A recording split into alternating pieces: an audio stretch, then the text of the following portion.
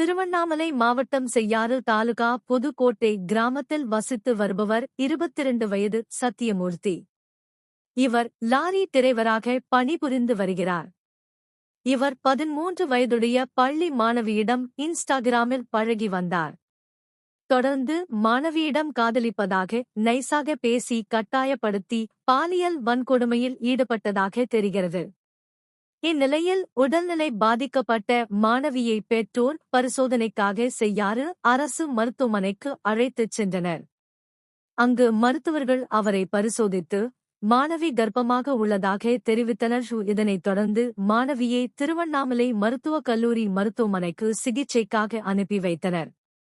இதுகுறித்து பாதிக்கப்பட்ட மாணவியின் பெற்றோர் கொடுத்த புகாரின் பேரில் அனைத்து மகளிர் போலீசார் வழக்கு பதிவு செய்து சத்தியமூர்த்தியை கைது செய்துள்ளனர்.